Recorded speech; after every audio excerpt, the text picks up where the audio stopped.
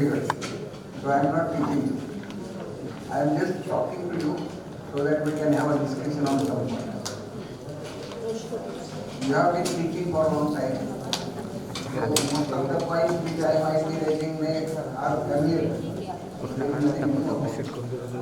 But when we think collectively, definitely something new will emerge. And that is the purpose.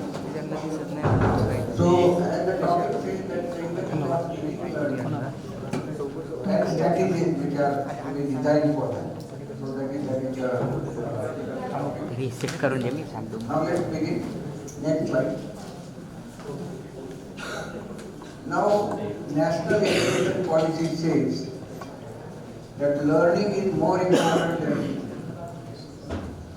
So we have to understand the meaning of this sentence. Up till now, we have been always saying that teaching is important. And we have developed ourselves in that way, that we always wanted to teach. Teaching means what? Whatever we know, we wanted to transfer it to the students. And if they accumulate it and show that they have done that, then we were assessing them as a good student. We never assess learning by the student, participation by the student. And that is why National Education Policy says that learning is more important than teaching. And that is why we were doing down course outcomes, program outcomes, program specific outcomes, all these things are different. So we have to now concentrate on learning of the student and see that how much students learn. So for that, we have to adopt effective teaching learning method. Now for that, what is required? First is knowledge. Knowledge about the subject. Whatever subject or whatever sub-subject or topic you are teaching, you must have good knowledge of it. Now what is my good knowledge? That you should be able to answer the questions which are raised related to it by the student or any other person. If we are confident about that, then you have good knowledge of that topic or that subject. If you are hesitating to accept questions in the class or outside the class, then take it granted that we don't have good or sufficient knowledge of that subject. So knowledge is very important. That is the first thing. And National Education Policy, the way it has been proposed, that henceforth in the classroom, students will come to ask questions, not to listen you or get the information. Because information is already with them. They have already read the topic. They have already listened to some lecture by some other person online. So they don't want to listen to your lecture. What is expected? The discussion on the topic and deeper understanding of that subject. And that is why knowledge is very important. Now, successful educator, what makes an educator successful? He has to have some strategies. He should have a preconceived idea that what and how he is going to deliver that particular topic. And that is very important. So he has to have strategies to conduct the sessions. Then ability to make positive impact on students' life and academic career. Not only his performance in the examination, you have to go beyond that. So we have to think now that whatever I am doing, whatever I am teaching, what effect it will have on the life of that student as well as career of that student. This we never thought about because that was not our career. Because we were only concentrating on delivering whatever is as per the syllabus and whatever effectively we could deliver, we were making the efforts in that direction. But now we have to go beyond that and see that what this positive impact it has on the student's life. Capacity to teach important skills. Skill is another area which we were neglecting. Now, we being physics teacher, we never thought that we should be able to teach a student how to put a fuse. Okay? That we thought it is not our job. That is, he will learn or wherever he wants to learn. I will tell the basics of that. Now we have to forget this and see that how practical applications can be taught to the students. Whatever are the related applications, at least one application you should be able to teach. And that is another orientation which teacher will have to make in himself or herself. When I took over as a Vice Chancellor of Swami Ramananda Tirth Maratha University, I knew that this is going to come. And that's why I launched a scheme, one teacher, one skill. And what was the idea? The idea was that each teacher should acquire at least one skill and impart it to the students. And that has a very positive effect on the students. Initially, teachers registered this, because they were saying that this is not our job. I said, one day you will have to do this. And then they got convinced, and then they fall in the line. And now they are praising me. They are saying that, sir, how did you know that what is going to come? But that was, on the horizon, only we were not accepting. So teacher has to learn at least one skill and impart it to the students. And that is a very positive kind of impact on the students if you do that. If I say that technical writing is a skill, and if I don't write, then I have no, position or standing to teach or tell the student I can teach you technical writing or scientific writing. If I have not written any story, any novel, any article, and then I am telling that yes, how to write it, then it has no meaning. So these questions will be asked henceforth. So that is very important. Capacity to teach important skills. Then introduce new concepts. Not only confining to the whatever has been mentioned in the syllabus or the textbook. You will have to find new concepts. What are the new concepts which emerge out of it, or what are the new applications, what are the new areas to which it actually you can carry that argument. So that you have to think. So your reading should go beyond physics. Well, many applications are beyond physics, like in medical physics, space science and technology, or biophysics, or even agriculture, economics. You take any area of life, there are applications of physics. Even cricket, there are applications. So you will have to widen your understanding about physics and its application. And you should bring in these examples in your teaching so that it will make student comfortable. So that is also there. Then face queries of students in the classroom. This is very important. Because students will come to class only to ask questions. Because that is what is expected. So teaching learning will also change.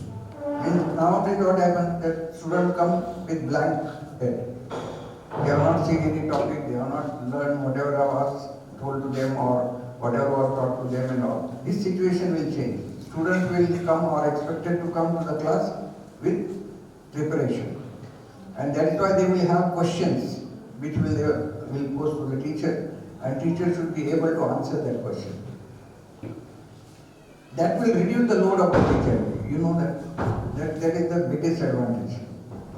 Suppose you can teach a student a course or students a course by engaging only 2 times in a week to face their questions and clear the doubts. That will be a great advantage because students have really learned. They have read the topic, they have tried to understand, and that is what is expected. So learning is more important than teaching. How many lectures we have taken, how many hours we have engaged the teacher and all, that will go and that should go. If we really want to implement national education policy, the workload concept should go. Workload should not be a concept. Major should be that how students are learning, how much learning has been done, and how much is the output. And that should be the major. But it will take time. It will come eventually, it will come. Next. Help students to achieve their learning goals. Henceforth, students would have already decided that what do they want to become. Why are they learning? They will have set goals. Like I want to be an animator. That is my goal. So I will learn the subjects accordingly, whatever is required for that. Suppose they come to physics, they'll ask you a question that what is the role of physics in animation? How can I use it? That will be his purpose or say idea of coming to class or opting a particular subject. it may not mean learning physics for the sake of physics may not be there, but learning for a particular application will be there. So student will decide. Why freedom is given to the students to choose the subject? To achieve the final goal, whatever he wants to achieve. Like suppose he wants to be an animator, then he has to take the drawing because that will help him. So there is a choice. The student can take drawing along with physics also. So these are the criteria which will be used given in national education policy, and students will go accordingly. That is why the choice of the topic or the subject is given between 9 to 12, 4 years. There will be 24 subjects, and student can choose any 16 and complete those subjects. But how would he choose that subject? They should be actually consistent with the goal which that student has decided, or what he or she wants to achieve. So that is the idea. Increase student engagement in the classroom. This is what is the participation. How do you increase this? When they will be inquisitive, they will be asking questions, they will be doing activity, and they will enjoy it. हे उदाहरण मी मागे सांगितलं, बऱ्याच लोकांनी ऐकलं असेल की कोसबाडला ताराबाई मोरक आणि अनंतराव पवार यांनी जे शिक्षणाचे प्रयोग केले मागच्या शतकामध्ये, आदिवासी मुलांना शिक्षणाच्या ह्याच्यात कसं आणायचं, तर त्यांनी 3 प्रिन्सिपल्स प्रपोज केले. That is a part of national education policy. की त्या म्हणायचे की मूल बोललं पाहिजे, मूल हल्लं पाहिजे आणि मूल हसलं पाहिजे. बोललं पाहिजे म्हणजे काय, इन्क्विजिटिव्ह असलं पाहिजे. हल्लं पाहिजे म्हणजे काय, ऍक्टिव्हिटी केली पाहिजे. आणि हसलं पाहिजे काय म्हणजे आनंद घेतला पाहिजे, शुटेक. तर हे आपल्याला करायचं आहे. हाऊ that responsible engagement in the classroom will increase. Unless students enjoy learning, they will not be engaged in the class. As I told you in Kalpana Chawla Science Academy, we are actually developing. The first batch we have taken, and they are the local students from that batch, not very bright, but we wanted to start a trial batch. Within 3 months, there is a total transformation. I have taken interviews of them. In fact, I have made an assessment of the answer books which they have written. Accordingly, I have also found out what are their strengths and weaknesses and all. And now I see that they have overcome those weaknesses. They are able to talk, they are able to ask questions, they are able to do the activities, and they are able to enjoy them. And that is why it has happened, because it is totally activity based. So I should know what I am taking to the student or what I want to give to the student, how that is our prerogative. And those strategies teachers will have to devise. Each teacher will have its own different way.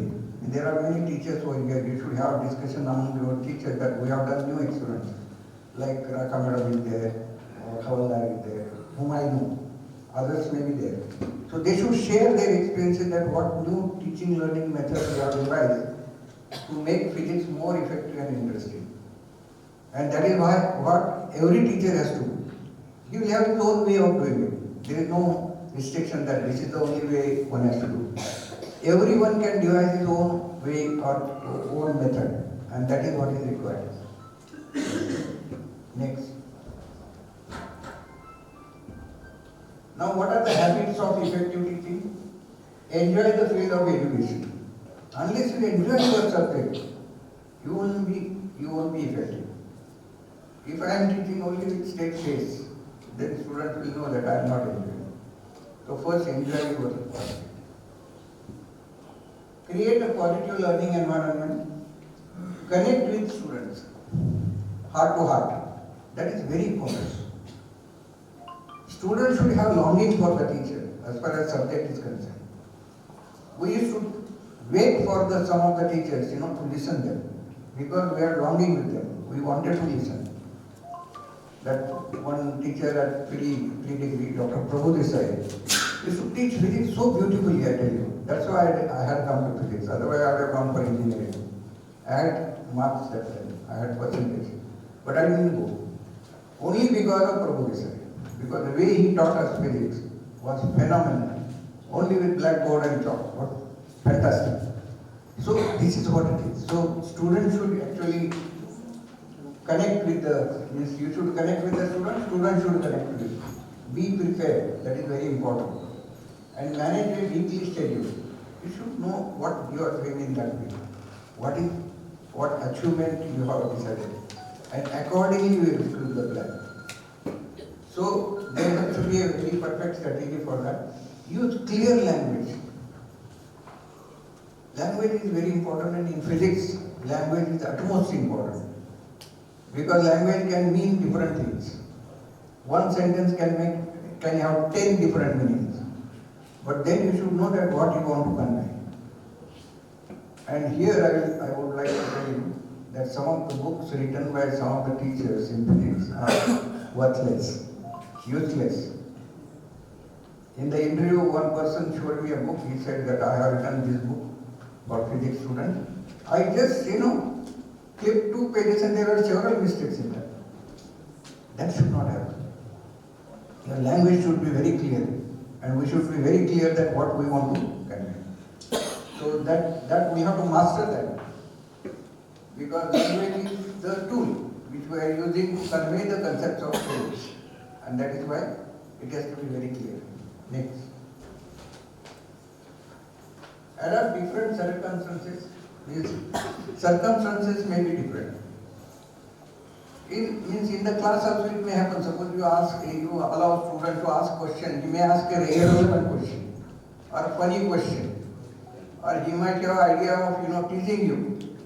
That happens because I have that confidence, because I happen to work with Vidyasagar Sangatna, and we used to go to different villages and give lectures. So I had several experiences at several times. At one college, I was giving the lecture on computer application, and one boy stood up and raised his hand, and he said, I want to ask a question. I said, okay.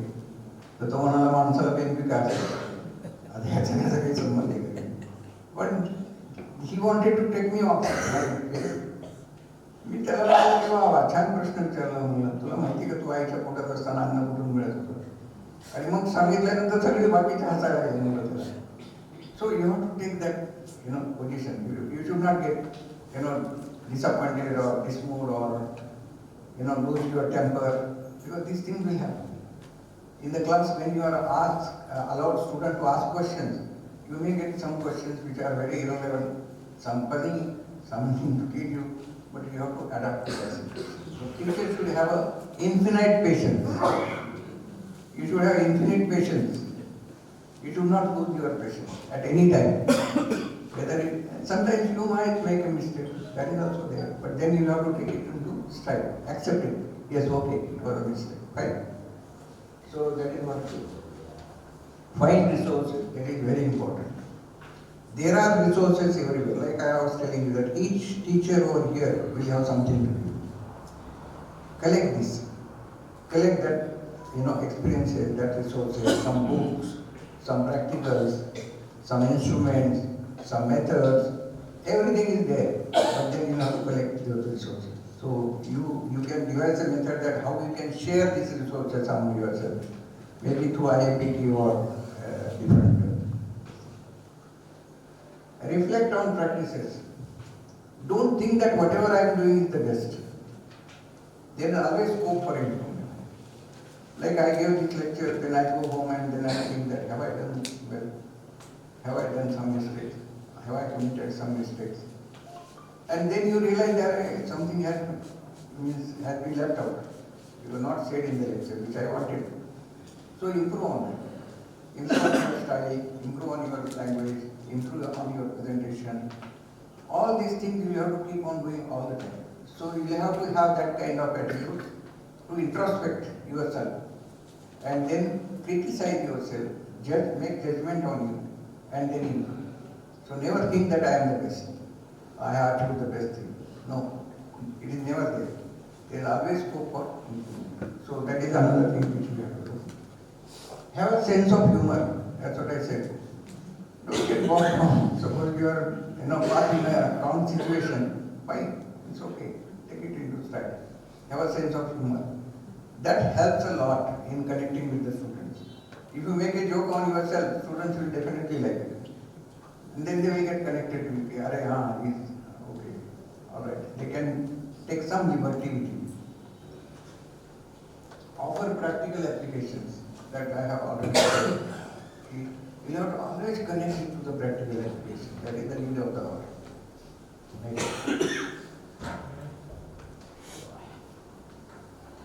Now, see that the student think physics is a deadly subject. Why? What are the peculiarities of a friendship? That we are eager to meet the friend. A student should be eager to come to class. They should not see as a burden, or they should not look at it as a boring kind of a thing or exercise. They should be eager to come to class, understanding that they should have a feeling that they do understand. If you are making them think that they don't understand anything, then they will never understand. You have to take them along with you, hand holding, okay, looking at their face, see that whether they understood. If not, then repeat it, or ask some questions, or you can ask them to meet afterwards also. Suppose some students are lagging behind. So you have to take them along with you. So understanding of the subject is very important, because that will create the joy. Learning from, because we learn from our friends. So they should be able to learn from the subject. Enjoyment being together. Mere presence of a friend gives us a lot of joy. So being together in the class should be a joyful experience for the students. No fear and dependence. Okay, we can depend on friends. So they should be able to think that yes, I can depend on this subject. It will give me my future. My future is in this subject, so I can depend on that. So that kind of sense you have to inculcate among the students. So that is very important. Many students fear physics, because many students come for advice to me, 12th standard, 11th standard. And then I realized that they have not been taught properly. It is not that they don't understand, they do understand. But they are not taught properly how physics is learned. Physics cannot be learned by making by heart. No, not at all, no chance. Then it becomes a burden for the students. So these things are missing. Now how to, I don't know how to correct those things. When they come to the first year, then first few hours you should spend telling them about the basics, mathematical basics, physics basics, and that kind of thing, so that they become familiar with it. They develop a way of thinking, and then they are very happy. Because one boy who came to me, he's staying near me, now he is doing engineering. But at 12th standard, he was so scared of physics. So his parents said, can you talk to him? I said, okay, come down. So he came down, then I just was chatting with him. And then I realized that he knows nothing. Even sine, cos also he has not, understood. And then I made him understand all these things. And now I said, okay, now you look at this derivation. Then he said, this is very easy. I said, yes, it is easy. But we don't make a proper approach to that problem. So that we have to devise. And for physics, it is very, very important. Next. Now physics. How physics is learned? That human nature means our own all capacities are decided by our brain. And brain has two hemispheres. And each hemisphere has its own, characteristics. Left hemisphere is more analytical, more objective, more logical, mathematical, effective. This is the way it thinks. So things which go along with that, and physics is one of them. So those are left hemisphere dominant students, they would like physics. They will definitely like to learn physics. Then next. Inductive and memory oriented. A lot of things are to be remembered. Whereas right hemisphere, how does it work? It is a comprehensive in nature. Trying to comprehend the things, not going into details. Like suppose I look at somebody and I said, no, he is not friendly. No, this is a comprehension. I am not analyzing the behavior of that person. But all of a sudden I make my own thought about it. That is a comprehension. So right hemisphere will work like that: joyful, emotional, creative. But it is creative also. Now this right hemisphere dominant students would like to go for subjects like music, drama, or some light subjects like biology. Now biology also has not remained a light subject. Now it is highly mathematical. But earlier it was. So like that, where there is nothing much of a mathematics involved, objective thinking, logical and all those things. So they will enjoy that. Now what is our task? Now those who like physics, they will come to physics. So you don't have to do much effort. Only your effort will be to take them along. We want to students from other class who are in between. This is the thumb rule. Nobody is completely left dominated, nobody is completely right dominated. There is a mix of that. And we have to target these students who have mixed abilities. We should attract them to come to physics. And we have to make efforts for that. And where would you find these students? The students would be offering your electives. The electives which are floated by physics discipline. We have to attract students who have mixed kind of abilities to those students. Then our workload problem, if trouble is there, will not be there. And more students will. And if we can attract more students for the electives, definitely the word will spread that yes, physics is not difficult. And then more students will opt for the main course. But this effort will have to be. But for that, we have to change our attitude. How do I teach physics to a biology student? I will have to have a different approach for that. Like in Pune University, I was teaching biophysics, so it has become open to other subjects also. I have only 6 students from physics and 24 students from zoology, botany, and then other environmental science and all. And in one class I have to teach them. But then I have to classify it. What I teach to these students, what I teach to physics students. What is expected from physics students to learn, what is expected from the biology students. So that judgment we have to decide. We have to devise that method. Like when I was a director by informatics, there was a graphics paper. And then we asked some mathematics person to teach. He taught it so difficult that nobody could understand it. Because he taught as if he is teaching to a mathematics student. Or biostatistics, the same thing. A statistic person will start teaching as if he is teaching to statistical students or statistics students. That is not the case. Biology students, they expect something different. They want more application. They are not interested in the basics of that. They want application. So you will have to change. Means what? How do I teach physics to physics students? How do I teach physics to other students who are opting electives? So that is very important. Next. So these are the 3 categories: right hemisphere, left hemisphere, totally mixed. Right hemisphere. We can exclude right hemisphere, but if suppose somebody from right hemisphere opts for physics, he will do wonders. Remember this. That is also there. Because in physics, creativity is very important.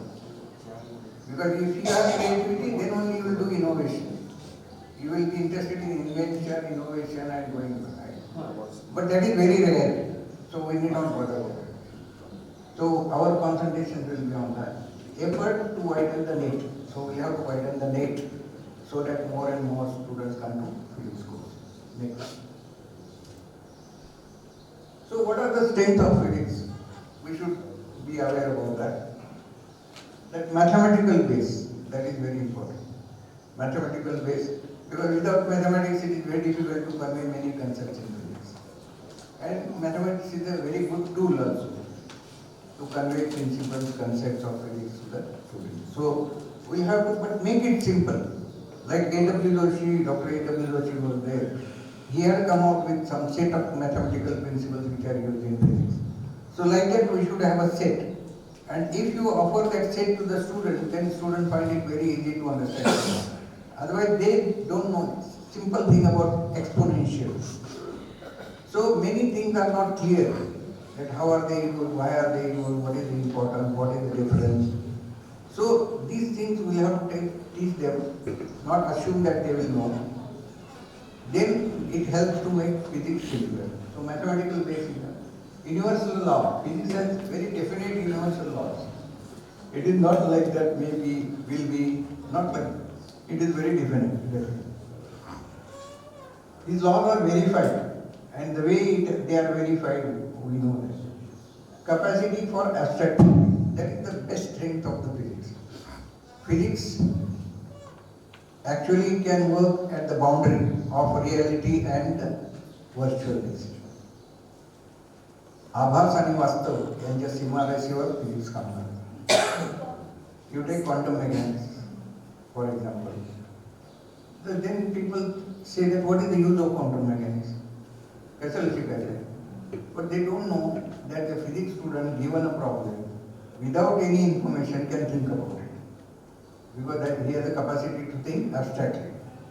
Whereas other people will try to see that what are the parameters which are available. So that is the strength of physics. So that we should convey to the student. And that is why many people who have physics background have become successful in other areas. C.K. Prahlad, you must have heard him. He was a management guru who first proposed that small things in sachet would be the next, revolution. And he was given Goro in Pune University. I was sitting next to him, so I asked him, sir, what are your qualifications? He said MSc Physics.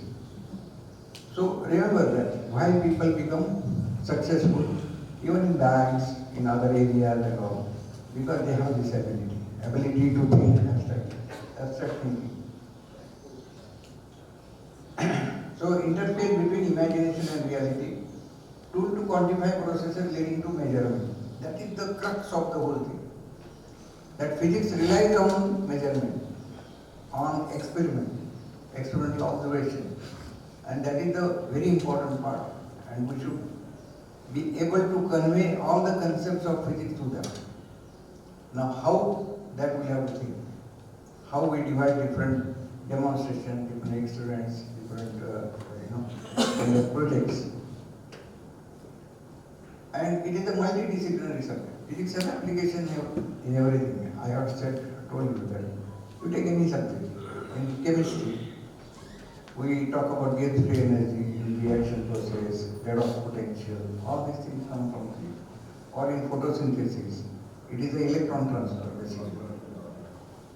So energy which gets converted into chemical form from electromagnetic wave, it is through this electron transfer. So basically it is the physics. How does it happen? Or absorption, fluorescence, all these things belong to physics. So physics is everywhere. Only we have to understand it and take it to the student. So it has a multidisciplinary nature. And many students may not work in physics, they work in biology and they are doing wonders.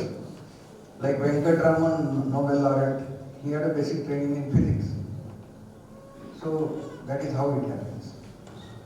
Next. Now how to make physics interesting? Master the basics and help the students. Take a conceptual approach. Many times we forget this. What is the basic concept? That we never tell to the student. There are only one or two concepts which are the basis of that. The whole thing is on that. It stands on that. But we miss that thing and tell all other information. And that is why student actually gets lost. He doesn't know that how does it happen, what is the basis. So that approach we'll have to take conceptual approach. Do not focus on exam only, go beyond that. There is no harm.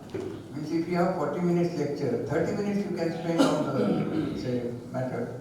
10 minutes you can wander here and there. Doesn't matter. It makes it more interesting, it makes him think, and it can be digested properly, and these are the advantages. So go beyond, don't focus on exam only. Master language of physics. Make it simple. ज्ञानेश्वरांचं वैशिष्ट्य काय आहे की गीतेमधलं किचकट तत्वज्ञान त्यांनी एक सोप्या भाषेत म्हणजे ते त्यांचं वैशिष्ट्य आहे. म्हणजे इट्स व्हेरी डिफिकल्ट. ज्ञानियाचे थोरपण शब्दांमागे धावले ज्ञान गुडाचे नवनीत कण सहजपणे रचले. हे वैशिष्ट्य ज्ञान माझ्या भूमिका विज्ञानाच्या पुस्तकात ते पहिलं मी लिहिलंय. तुकारामांचं तसंच वैशिष्ट्य आहे. तुकोबांची रसाळवाणी अभंगांची रचली साधेपणे भाव ठेवून ज्ञान महावर्ग त्यांचं ते वैशिष्ट्य आहे. तर आपल्याला हे दोन्ही वैशिष्ट्य घ्यायला लागतील फिजिक्स शिकवताना. फिजिक्स अवघड आहे म्हणून सांगितलं तर काय कोणी येणार नाही. We have to convince them की इट कॅन बी अंडरस्टूड. आणि जर ज्ञानेश्वरी सामान्य माणूस इलिटरेट माणूस समजू शकतो तर मग फिजिक्स का नाही समजू शकत? समजू शकायला पाहिजे ना. आपल्याला ते देता आलं पाहिजे. दॅट इज आपलं दायित्व आहे. ते आपलं चॅलेंज पण आहे ॲज अ फिजिक्स टीचर. हे माझं चॅलेंज आहे की मी ते समजून घेऊ शकतो किंवा देईन. हे चॅलेंज आपण घेतलं पाहिजे आणि ते जर घेतलं तर मग काही प्रॉब्लेम नाही. Read outside the text book. Reading पाहिजे आपलं थोडं जरा अवतीभोवती जाऊन शिकायला पाहिजे. फक्त टेक्स्ट बुकमध्ये जे दिलं तेवढं फक्त उतरून काढलं फळ्या झालं सांगलं माझं काम झालं. ते स्नान सांध्या केलं काय आचमन केलं सांगलं तसं नाही चाललं. थोडं जरा आपलं आपण थोडं वाचन थोडं इकडे तिकडे हे केलं तर खूप इंटरेस्टिंग गोष्टी आपल्याला कळतात आणि त्या विद्यार्थ्यांना आपल्याला सांगता येते. Use real world examples. कुठलं तरी त्याला न कळणारं एक्झाम्पल देण्यात काही अर्थ नाही. त्याच्या एव्हरीडे लाईफमध्ये जे एक्झाम्पल्स असतात जे रिलेव्हंट आहेत पण इथे थोडं काळजी घ्यायला लागते. कारण ती चुकीचं एक्झाम्पल देता का म्हणजे कारण आपल्याला शेवटी सायन्स शिकवायचं तर ती एक काळजी आपल्याला घ्यायला लागते की त्याच्यामधलं सायन्स चुकलं नाही पाहिजे. They should not be any wrong information it should be communicated. तर ते लक्षात घेऊन आपल्याला एक्झाम्पल दिलं. एक पुस्तक माझ्याकडे आलं होतं रिव्ह्यूला बालभारतीचं आणि त्यात त्या लेखकांनी बायोलॉजी पुस्तक होतं आणि त्यात त्यांनी एक उदाहरण दिलं होतं की उन्हाळ्याचे दिवस असतात, जमिनीखाली एका बेडकाचं घर असतं, म्हणजे त्याची आई असते, मग मुलं असतात आणि मग ते मुलं आणि आईचं संवाद वगैरे. म्हणून एकदम बेसिक चूक आहे. बेडकाच्या सगळ्या अवस्था लहान ह्या पाण्यात होतात मुळात कन्सेप्टच चुकीचं आहे ना. म्हणजे एफर्ट चांगला आहे, त्यांचा हेतूही चांगला आहे, पण मुळात चुकीचं आपण काहीतरी देतो विद्यार्थ्यांना घेऊन जातो. तर ह्या गोष्टींचं आपण म्हणजे लक्षात ठेवतो. Connect physics with two other subjects which I will give a few examples after that. Collaborate with peers. हे फार महत्त्वाचं आहे की ज्या विषयामधला जो तज्ज्ञ व्यक्ती आहे त्याच्याशी आपण rapport ठेवतो आणि त्याच्यामुळे काय होतं आपल्या ज्ञानामध्ये वाढ होते आणि आपण कधी चुकत नाही. Go on the right path. आता पियर कुणी असू शकतो, तो काही फार मोठा प्रोफेसर असायला पाहिजे असं नाही, पण आपल्याला एखादा असा मित्र वाटला आपला किंवा जवळचा शिक्षक वाटला किंवा त्याला हा टॉपिक चांगला कळलाय तर he can be peer to you. पण समजून घेण्याची वृत्ती आपली पाहिजे की बाबा मी काही त्याच्याकडनं शिकू शकतो किंवा तो माझ्याकडनं काही शिकू शकतो किंवा एखादं चांगले अजूनही हायर तर त्यांच्याकडून अवश्य शिकावं, काहीच हरकत नाही. आता खंडेलवालांकडनं आम्ही बऱ्याच गोष्टी शिकलो किंवा बाबूलाल सर म्हणजे याला त्यावेळेस जयपूरला वर्कशॉप घेतलं होतं 1 महिन्याचा. मी आणि एका दुसरं शिकलो होतो तिथे शिक्षण. तर बाबूलाल सरांकडून एवढ्या गोष्टी शिकलो आम्ही. त्यांची एक्सपेरिमेंटची तलवार, त्यांनी तयार केलेले सगळे इन्स्ट्रुमेंट्स, मग त्यासाठी घेतलेले श्रम, त्यांची योजना वगैरे खूप गोष्टी शिकण्यासारख्या. आणि तसं आपण कुठल्या तरी मेंटरकडनं शिकायला काही हरकत नाही. आणि आता तर विद्यार्थ्यांना म्हणजे जसं जसं आपलं वय वाढतं तसं आपण विद्यार्थ्यांकडनं जास्त शिकलं पाहिजे. कारण ते नो बेटर दॅन यू. आपला अनुभव असतो वगैरे ते ठीक आहे, पण त्यांना ज्ञान जास्त असतं त्या गोष्टीचं, अचूक ज्ञान असतं, ते शिकायला हरकत नाही. We can do that. म्हणजे माझ्या PhDच्या विद्यार्थ्यांकडनं मी बरंच शिकतो. ते शिकवतो. नेक्स्ट आता साधं उदाहरण घ्या, लॉ ऑफ रिफ्रॅक्शन. हे साधं आहे उदाहरण, किती एक्झाम्पल ते तुम्ही साध्या काचचा प्रयोग जो आहे तो आपण करतो. मग त्याच्या पुढे जाऊन मग आपण टेलिस्कोप आहे, मायक्रोस्कोप आहे, इथे रिफ्रॅक्शन होतं, इंद्रधनुष्य आहे त्याच्यामध्ये. त्याच्या पुढे जाऊन आपण रिफ्रॅक्शन कधी घडतं तर घनतेमध्ये बदल व्हावा लागतो. मग नाही झालं तर काय होईल, इमेज फॉर्मेशन होणार नाही. हे तुम्ही जर पाण्यात गेला आणि डोळे उघडले तर तुम्हाला नीट दिसत नाही. मग काय दिसत नाही तर तिथे आपलं भिंग आणि पाणी याची डेन्सिटी सारखीच आहे, त्यामुळे वक्रीभवन होत नाही, त्यामुळे इमेज फॉर्म होत नाही, त्यामुळे आपल्याला अनुभव दिसतो. असे अनेक एक्झाम्पल्स तुम्ही एका यांनी देऊ शकता. So you can extend your. मग मुलांचं कुतूहल वाटतं त्याच्यामध्ये, हा इकडे पण आहे का, असं पण आहे का, आणि मग त्यांना कळतं क्रक्स त्याचा, म्हणजे की रिफ्लेक्शन कशाला म्हणायचं, कधी होतं आणि त्याच्यात काय परिणाम होऊ शकतात. म्हणजे अशी उदाहरणं आपण सहज देऊ शकतो ज्याच्यामध्ये काही फार dispersion and internal reflection rainbow मध्ये होतं. Example of image formation in CT scan. आता हे माझ्या सिटी स्कॅनच्या पुस्तकामध्ये मी दाखवलं होतं ना. ते काय आहे की तुम्हाला काय करतात, इकडनं एक्सप्रेस होतं आणि इकडनं डिटेक्ट करतात. असं 1 मिलीमीटरचं बीम असतं, ते सगळीकडनं स्कॅन करतात. इन्फॉर्मेशन काय मिळते आपल्याला, तर बाहेर आलेलं आहे इमेजची इंटेन्सिटी, एवढंच नाही. आपल्याला काय पाहिजे, आपल्याला इच पॉईंटला काय ॲब्झॉर्प्शन झालं ते झालं, तर त्याच्यावरनं इंटेन्सिटी डिस्ट्रीब्युशन करतं. आणि what is intensity distribution, it is a image. What is image, is intensity distribution. Shadow is different, image is different. फोटोग्राफमध्ये आपण इमेज घेतो म्हणजे काय करतो, आपण इंटेन्सिटी डिस्ट्रीब्युशन करतो. आता हे काढायला गंमत बघा, डिफरन्शियल इक्वेशन सॉल्व करायला, hundreds of differential equations you have to solve. Then you will get attenuation coefficient at each point, and from that you can calculate it. आता हे एका मॅथमॅटिशियननी 1919 सालीच करून ठेवलं, पण त्याचं ऍप्लिकेशन 1970 साली झालं. आता ही आता ही अवघड गोष्ट आहे.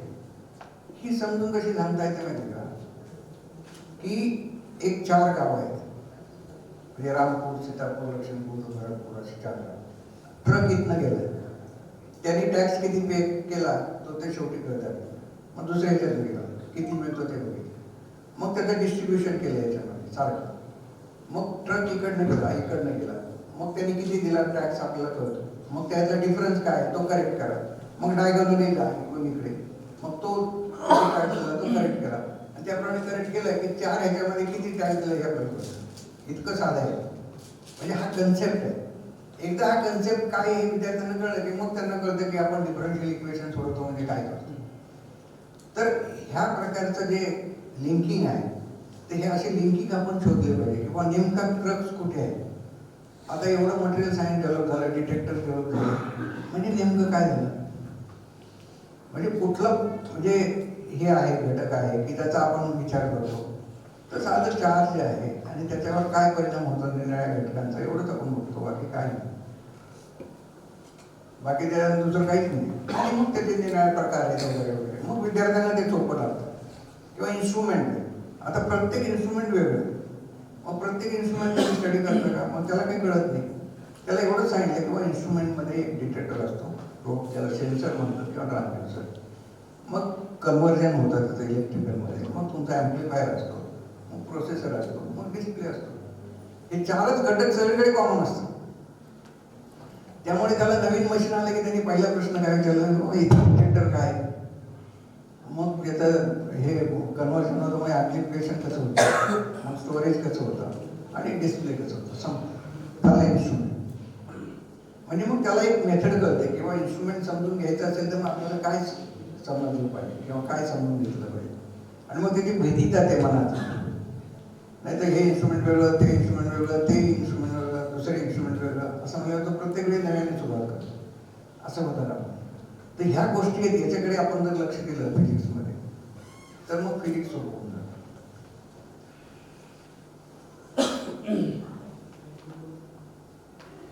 आता साधी गोष्ट आहे, डिस्कसिंग मल्टिपल चॉईस. साधी गोष्ट आहे, 4 पर्याय असतात. विद्यार्थी काय करतात, जो पर्याय असतो तो फक्त पाठ करून तो, तसं नाही करायचं. त्याला विचारायचं शेवट राहिलेले 3 चूक काय ते सांग. या प्रकारे त्याचं थिंकिंग आपण डेव्हलप केलं की मग त्याला ते कळतं हे 3 चूक काय म्हणून हा बरोबर आहे असं.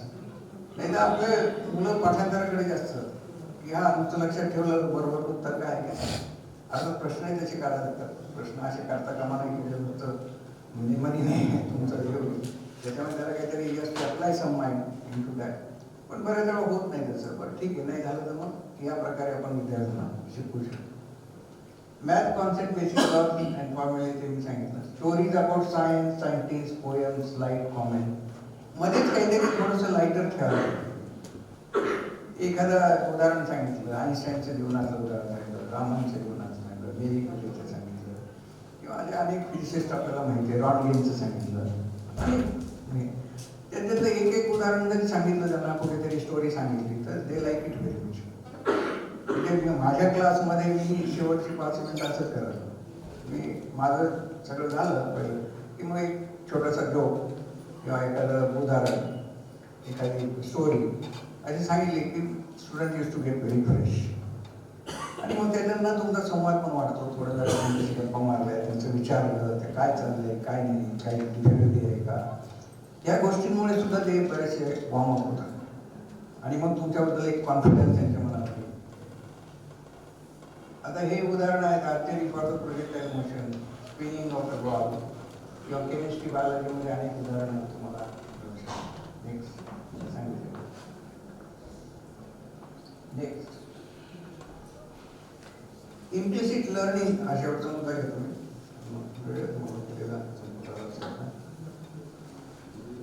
इम्प्लिसिट लर्निंग हा जो प्रकार आहे हा आपण समजून घेतला पाहिजे. आणि एखादी गोष्ट अप्रत्यक्षरित्या समजून घेण्यामध्ये खूप फायदे आहे आणि ते करताना आपल्याला ॲक्टिव्हिटीच्या थ्रू ते द्यावे लागतात. म्हणजे त्याचं उदाहरण तुम्हाला सांगतो की हे सांगितलं बऱ्याच वेळा. एक माणूस बाजारात जातो आणि तिथे एक आदिवासी मुलगी टोपले विकत असते. तर त्याला ती टोपली आवडते आणि मग त्याला वाटतं की आपण शिकावं टोपली कशी करावी. म्हणून त्या मुलीला तो विचारतो की तू मला हे शिकवशील का, टोपली कशी बनवतात हे शिकवशील का. म्हणजे शिकवणं नाही मला, मी करून दाखवते तुला, मी कसे बनवते हे दाखवतो पण मला शिकवत नाही. तर हे इम्प्लिसिट लर्निंग म्हणजे यू शो, यू डेमॉन्स्ट्रेट, मग ते आपोआप शिकलं जातं आणि त्याच्यामध्ये शिकवण नाही लागत. आणि हा एक खूप मोठा घटक आपण we are missing from our teaching learning process. याच्यामुळे काय होतं, इम्प्लिसिट मेमरी तयार होते की जी आपल्या कॉन्शियसमध्ये नसते.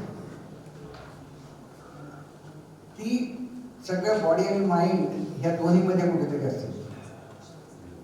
म्हणजे त्याचं उदाहरण तुम्हाला सांगतो की मी लिहितो, म्हणजे कविता लिहितो, कथा लिहितो, कादंबऱ्या पण 3 लिहिल्या किंवा लेख पण लिहितो. मी जेव्हा लिहित असतो तेव्हा माझ्या डोक्यामध्ये काहीतरी असतं की ह्या प्रकारे मला लिहायचं. आणि मग एखादं वाक्य मी ठरवतो की हे वाक्य मला असं लिहायचं आहे. पण ज्यावेळेस मी लिहायला जातो त्यावेळेस दुसरंच वाक्य लिहून टाकतो आणि ते चांगलं असतं त्याच्यापेक्षा, म्हणजे मी जो विचार केला त्याच्यापेक्षा चांगलं असतं. मग हे कुठून आलं. आणि हे डिक्टेट करणं होत नाही. म्हणजे मी जर एखादा डिक्टेट केला एखादा लेख किंवा तर ते होत नाही, पण लिहिताना होतं. म्हणजे my body is actually have learn that. आणि हे जे एक्सप्रेशन होतं ते इम्प्लिसिट लर्निंगमध्ये येतं. तर हा एक फार मोठा फायदा त्याच्यामध्ये आहे. विसरलं जात नाही कधी. म्हणजे एखादी गोष्ट सायकल चालवायला, पोहायला आपण कधी विसरतो. Once you learn what your life. Age independent असतं, कुठल्या वयात तुम्ही शिकू शकता.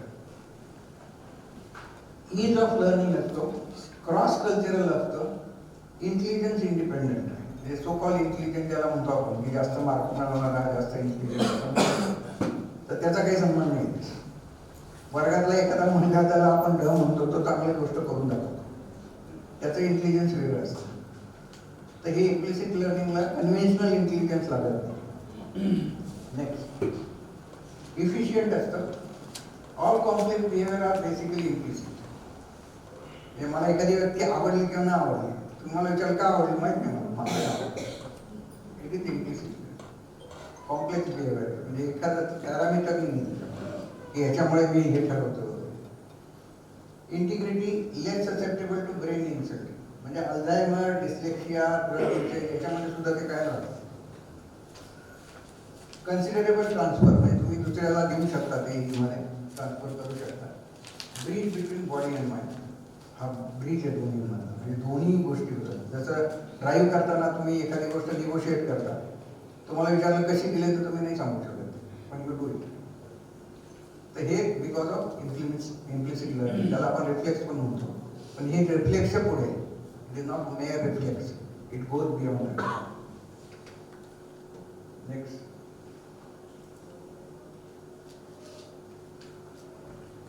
exploration. Science has to learn through exploration. Exploratory Wikipedia ने दिलेलं आहे की science has to learn through exploration, means doing different experiments. आणि ते ऍक्टिव्हिटी ओरिएंटेड लर्निंगचा पुढच्या काळामध्ये खूप महत्त्व येणार आहे. मी आता फिनलंडला गेलो होतो 2 महिन्यात. तिथल्या विद्यापीठात आम्हाला फिरवलं त्यांनी. तर हार्डली एनी क्लास, त्यांचे ऍक्टिव्हिटी सेंटरच होते आणि ते एवढे प्रचंड होते की आमचा पाय दुखायला लागले फिरवून फिरवून. आणि not only engineering, in basic science लक्षात. आणि त्या प्रकारचं म्हणजे ऍक्टिव्हिटी सेंटर्स यापुढे आपल्याला महाविद्यालयामध्ये करावे लागतील, कारण विद्यार्थी त्याच्यासाठीच येणार आहेत. विद्यार्थी तुमचं लेक्चर ऐकायला येणार नाही हे अगदी धरून चाललं. तर त्याच्यामध्ये through exploration learning is very important. डेमॉन्स्ट्रेशनचा तुम्ही आधार घ्या, एक्सटर्नलचा घ्या, विजिट घ्या, क्विज घ्या, अशा अनेक गोष्टी तुम्ही करू शकता. स्टेम लॅबोरेटरीज आता आहेत बऱ्याच ठिकाणी आणि त्याच्यामध्ये हेच आहे की डायरेक्ट तुम्हाला एक्सपोजर विद्यार्थ्यांना करायला मिळतं त्याच्यामध्ये आणि मग ते बेसिक्स त्याच्यामधनं शिकतात. नेक्स्ट, ओके, ठीक आहे. So, in nutshell, what I would say is that beyond that you can see also look out for the new topics, new subjects, new applications of physics. Out of that, I can mention the medical physics is my topic, biophysics is my topic. Then space science and technology मध्ये astrobiology किंवा technology development मध्ये फिजिक्सचा खूप महत्त्वाचा वाटा आहे. पण केवळ basic physics शिकवून यापुढे विद्यार्थ्यांना नोकरी मिळणार नाही. They should know how to apply that knowledge in practice. आणि त्याचं ओरिएंटेशन आपल्याला करावं लागणार आहे, कारण इथून पुढे there are jobs, there are ample jobs and for physics there are many jobs, but they are not tailor made. Student will have should have an ability to orient himself or herself to suit that requirement. मग मीडियामध्ये jobs आहेत, इंडस्ट्रीमध्ये jobs आहेत, research इन्स्टिट्यूटमध्ये job आहेत, सगळीकडे job आहेत. भारतामध्ये 300 research institutes आहेत. हे तुम्हाला माहिती आहे का? मी आता एक पुस्तक लिहिलं तर विज्ञान आणि तंत्रज्ञान अपेक्षाने वाचतं. ते पुस्तक वाटलं ते पाठवले मी तुम्हाला. त्याच्यामध्ये मी 300 वेबसाईटचे पत्ते दिली, रिसर्च इन्स्टिट्यूट इन इंडिया. त्यातले खूप इन्स्टिट्यूट ह्या फिजिक्सशी रिलेटेड आहे. आता हे नॉलेज आपण विद्यार्थ्यांना दिलं पाहिजे. टॉपिक्स, कुठल्या टॉपिक्सवर जे संशोधन करतात, इतके टॉपिक्स आहेत जे मला पण माहीत नव्हते. वेन आय स्टार्टेड डिगिंग, किंवा DSTच्या कुठल्या लॅब आहेत, CSIRच्या कुठल्या लॅब आहेत, DBTच्या कुठल्या आहेत, DRDOच्या कुठल्या आहेत, इस्रोच्या कुठल्या आहेत. विद्यापीठ डिपार्टमेंट ते घेतलेच नाहीत मी. ह्या फक्त रिसर्च लॅब्स आहेत आणि variety of application, variety of subjects याच्यावर संशोधन चालतं. याचं आपण कधीच म्हणजे आपल्याला ज्ञान नसतं किंवा आपण माहिती करून घेत नाही. आणि विद्यार्थ्यांना तुम्हाला जर हे करायचं असेल, म्हणजे कोचिंग करायचं असेल किंवा त्यांना सांगायचं असेल किंवा पुढे काय फ्युचर आहे तुम्हाला, तर ह्या गोष्टीचं सुद्धा तुम्हाला ज्ञान असणं आवश्यक आहे. ते जर आपण केलं तर त्याचे पॉझिटिव्ह इफेक्ट विद्यार्थ्यांवर निश्चितपणे होईल. आणि मग तुम्ही गाईडही करू शकता त्यांना की how to reach to that. So with this, I conclude my topic. I thank again organizers for giving me an opportunity. Thank you.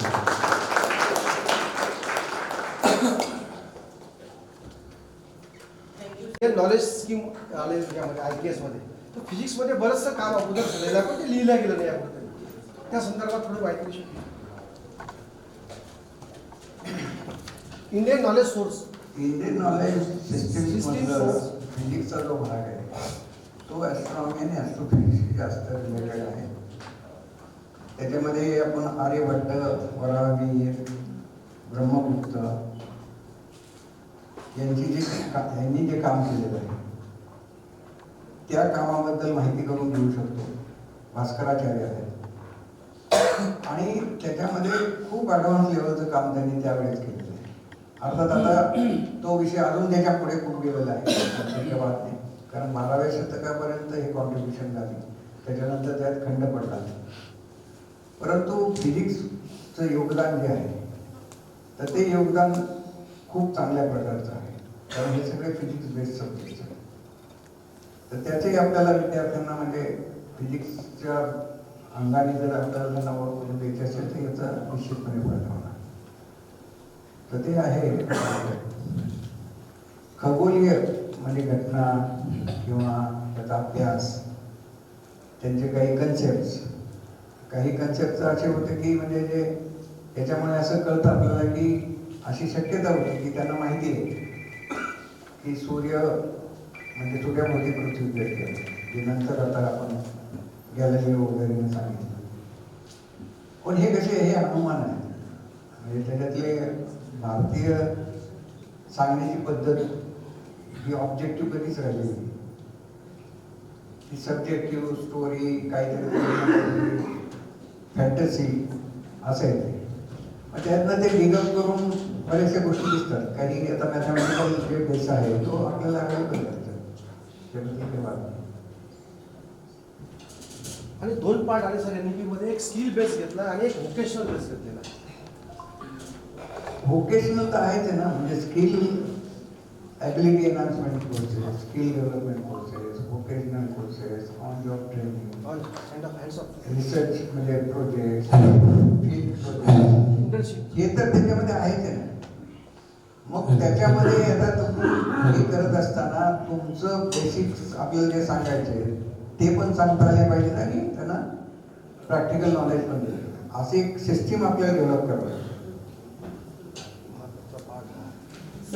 Hey mapping करावं लागेल. काय आता मी लोणावळ्याला जे केलं आहे त्याच्यामध्ये मी जे सांगितलं होतं ते असं होतं की science and technology, space science and technology मधलं कुठले बेसिक कन्सेप्ट आपल्याला त्यांना द्यायचे 6 वर्षामध्ये, ते देण्यासाठी तुम्हाला कुठले कुठले प्रॅक्टिकली ओरिएंटेड गोष्टी लागतील आणि हे त्याच्यावर मॅप कसं होईल, म्हणजे हे त्याच्यावर मॅप करून मग ती सिस्टम डेव्हलप करायची. तर ते सोपं नाही आहे, पण that is what we do. हां सर, फिजिक्स सिंपल करण्यासाठी चांगलं सांगितले. काही आर्टिकल शिकवताना व्यवहारातले उदाहरण विद्यार्थ्यांना दिले पाहिजे. विद्यार्थी झोपले जागे करण्यासाठी उद्योग सांगितलं, परंतु प्रॅक्टिकल प्रॉब्लेम कॉलेजला असं असतं की सिलेबस वेळेत संपवतो नाही. काय सोल्युशन? नाही, आता हे शिक्षकाचं कसं त्याचं एकमेव म्हणजे सोल्युशन असं आहे की मला असं वाटतं की विद्यार्थ्यांना जर तुम्ही शिकण्यामध्ये पार्टिसिपेट करून घेतलं तर शिक्षकाचा लोड कमी होऊन जातो. ते दगडासारखे बसले तुम्ही पाणी टाकत राहिला तर काही खरं नाही, मग तुम्हाला वेळ पुरणारच नाही. पण हे फार टॅक्टिकली करावं लागेल. आता अर्थात म्हणजे तुमच्याकडे कसं आहे की अंडर ग्रॅज्युएटला हा प्रश्न असतो की नंबर जास्त असतो, पण NEP मध्ये आता तो नंबर कमी होणार आहे, कारण फक्त फिजिक्स तुमच्याकडे येणार आणि त्यामुळे तो नंबर कमी झाला आहे. आणि हा नंबर कमी झाल्यामुळे हा ॲडव्हान्टेज तुम्हाला घेता येईल. आता तुम्हाला थोडं त्यांना शिकण्यासाठी प्रवृत्त करून त्यांना त्यांचं पार्टिसिपेशन वाढलं की बऱ्याचशा गोष्टी तुम्हाला करायच लागणार नाही. ते जर वाचून आले पुस्तक तर तुम्हाला सांगण्याची गरज नाही राहणार ना. म्हणजे these are the different ways of doing it. म्हणजे तुम्हाला प्रश्न आहे तर तो कसा सोडवायचा याचा विचार आपण करायला. तुमच्या सर सुरुवातीच्याच टॉपिकमध्ये एक चांगला विषय घेतला. आतापर्यंतचं शिक्षण हे टीचिंग होतं, म्हणजे त्याला वर्कलोड होतं. पण आता टीचिंग हे लर्निंगकडे जात आहे, त्यामुळे वर्कलोडचा काही संबंध नाही. आणि प्रत्येक टीचरमध्ये एक मिनिमम स्किल असलं पाहिजे. हे इम्पॉर्टंट तुमच्या याच्यामधून आलं किंवा ऍक्टिव्हिटी बेस्ड एज्युकेशन झालेलं सुरू होणार आहे. आणि याच्यामध्ये वर्कलोड हा जो आतापर्यंत सगळ्यांच्या डोक्यामध्ये बसला की बा विद्यार्थी संख्या कमी झाली, वर्कलोड नाही म्हणजे जबाबदारी जास्त. हा ऑब्विसली वर्कलोड नाही शिकवायचं नाही ऑब्विसली. पण परंतु सर तुमच्या याच्यामध्ये सांगण्याचे आलं खूप चांगलं सांगितलं आहे तुम्ही की जे आतापर्यंत सगळ्या टीचरमध्ये काय झालं की एनईपीने आम्ही वर्कलोड कमी होतं, आता असं टमुकेल. तर हा जो कन्सेप्ट तुम्ही लर्निंगचा जो मांडलेला आहे तो खूप चांगला मांडला गेलेला आहे. आणि ऍक्टिव्हिटी बेस्ड एज्युकेशन असलंच पाहिजे, हे फार चांगलं. सर एक शेवटचा प्रश्न घेऊया आपण. नवीन शैक्षणिक धोरण जे आपलं न्यू एज्युकेशन पॉलिसी याच्यामध्ये आपण ठरलेलं आहे की बुवा मातृभाषेमध्ये शिक्षण केलं पाहिजे. परंतु आपल्याला मग समजा इंग्लिशमध्ये असलं सगळं तर ते वेगवेगळ्या भाषांमध्ये आपल्याला तसं सिलेबस त्यांना द्यावा लागेल. याच्यासाठी आर्टिफिशियल इंटेलिजन्स उपयोगी पडेल. परंतु आज आपण म्हणतो महाराष्ट्रामध्ये सायन्स एज्युकेशन मराठीमध्ये दिलं तर त्याच्यासाठी आपण आजपर्यंत किती सक्सेस झालो आणि आजपर्यंत आपल्याला पुढे काय काय स्टेप्स आहेत कसं गेलं पाहिजे. मराठीमध्ये सोप्या भाषेत मराठी भाषा म्हणजे मातृभाषेमध्ये रिजनल लँग्वेज म्हटलं. मराठीमध्ये आता काही प्रयोग ऑलरेडी सुरू झाले. तुम्हाला माहिती आहे की PCCOE जे महाविद्यालय आहे, इंजिनिअरिंग महाविद्यालय, तिथे त्यांनी पहिल्या वर्षी मराठीतनं शिकवलं आणि त्याचे अत्यंत चांगले रिझल्ट. पण त्यांनी मॉडेल कसं आहे माहिती का की पहिल्या वर्षी 100%, दुसऱ्या वर्षी 80%, तिसऱ्या वर्षी 60% आणि मग 40%. इंग्लिश ते इंट्रोड्यूस करतो आणि त्या विद्यार्थ्याला दोन्ही पण आहे. म्हणजे इनिशियली विद्यार्थ्यांना एकदम इंग्रजीमध्ये शिकणं अवघड जातं, कन्सेप्ट समजणं अवघड जातं. तर तो जो अडथळा आहे तो तुमचा पहिल्या वर्षी कमी होईल आणि मग दुसऱ्या वर्षी तुम्ही हळूहळू इंग्लिशकडे जाऊ शकता. म्हणजे ॲट द एंड असं होणार नाही की त्याला इंग्लिशमधलं काहीच माहीत नाही आणि फक्त मराठीमधनं तो कन्सेप्ट शिकला आहे आणि मग कम्युनिकेशनचा प्रॉब्लेम आहे. तर तसं दोन्ही पण शिकलं पाहिजे, इंग्लिश पण शिकलं पाहिजे आणि आपली जी त्याचे मॉडेल्स आता बेसिक मात्र आपल्याला मातृभाषेत पाहिजे आणि नंतर दुसऱ्या कुठल्याही भाषेत आपण नंतर ते आपण नॉलेज ऍक्सेस करू शकतो. एक्झॅक्टली. आपण आता मराठीमध्ये म्हटलं तर 11-12ला किंवा पुढं आपण कितपत सक्सेस झालेलो आहे. कारण मागे ते मराठीला होते त्यांनी मराठीतले पुस्तकं वगैरे काढले होते विषय वगैरे. परंतु नंतर ते पुढं आज काय परिस्थिती ते माहिती नाही. आता ही मराठीकडे जास्त मुलं घ्यायला लागली तसं मला रिपोर्ट मला मिळत आहे. पण बेसिक जर आपल्याला आपल्या मदरमध्ये असेल तर आपण नंतर कुठल्या लँग्वेजमध्ये आपण ते अडॅप्टेशन तुम्हाला करावंच लागणार आहे आणि ते मी सांगितलं तसं तुम्हाला 4 वर्षामध्ये ते हळूहळू होईल. जेव्हा मोदी वगैरे भाषण करतात तर त्यावर एकाच वेळेस वेगवेगळ्या भाषेत ट्रान्सफर होतं. माझा क्वेश्चन नाही. एनईपी संदर्भात हा बदलू झाला. एनईपी संदर्भात आज AI मुळे रोबोटिक टीचर्स आलेले आहेत, बेंगलोरला सुरुवात झालेली आहे. तुमच्या आमच्या सर्व्हिसची गरज भासणार आहे का एनईपी मध्ये, हा प्रश्न. नाही शिक्षक कधीच एलिमिनेट होऊ शकत नाही. शिक्षक एलिमिनेट आहे. ऑनलाईन आता मी पण शिकवतो त्याचे फायदे आहेत. ऑनलाईन मध्ये तुम्ही कन्सेप्ट नीटपणे समजून देऊ शकत, त्याच्यामध्ये काही अडचणी येतात. फेस टू फेस जे इंटरॅक्शन होतं तर त्याला पर्याय नाही आहे. शिक्षकाला पर्याय नाही आहे, फक्त त्याचं काम बदलणार आहे, त्याचा रोल बदलणार आहे आणि we have to adapt to that. म्हणजे we have to change our self to that. तुमच्या पुढे रोबोट बसवला आणि तो तुम्हाला शिकू लागला तर असं सगळं होणार नाही. तर मग अमेरिकेत कधीच झालं असतं. अमेरिकेत शिक्षक नाहीत का, आहेत. त्यांच्याकडे बघूनच आपण पुढे चाललोय ना. एक्झॅक्टली. तर त्यामुळे असं होणार नाही. आता एकेकाळी अशी धारणा होती, म्हणजे सिस्को वगैरे त्यांनी जे मॉडेल काढलं होतं त्याच्यामध्ये अशीच आलोचन होतं की आता शिक्षकाची गरज आहे. त्यावेळेसही मी म्हणायचो की असं होणारच नाही, होऊ शकत नाही. आणि तेच आता आपण हायब्रिड मॉडेलकडे गेलो ना. त्यामुळे शिक्षक एलिमिनेट होणार नाही, पण शिक्षकाचा रोल एक मिनिट सर, आता आपण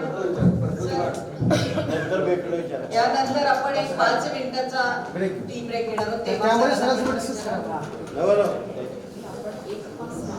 So I would like to thank Professor Pandit Vidyasagar sir for his enlightening thoughts about teaching physics. Also the skills and quality the physics teacher should have so that the students will develop interest in our subject and will be eager to come to the classes. Thank you. Madam wants to say something in 2 minutes. Good afternoon. I'm Vaibhavi Kale here, working as a faculty in English. But thanks to IAPT, thanks to Kankude sir and his team for giving us the opportunity to listen to Vidyasagar sir. The basics of teaching and learning which he has now just presented before us. I think it is not applicable to physics teachers only, but to the teachers of all subjects. The universality, abstract thinking, creativity, all these things are related to language also. So I must thank you, sir. Thank you for giving us opportunity to listen to you. Thank you. The real appreciation to sir's lecture. We'll now move forward. We'll now have a small tea, and then the second session will be begin immediately. Just outside. सगळ्यांनी चहा पिऊन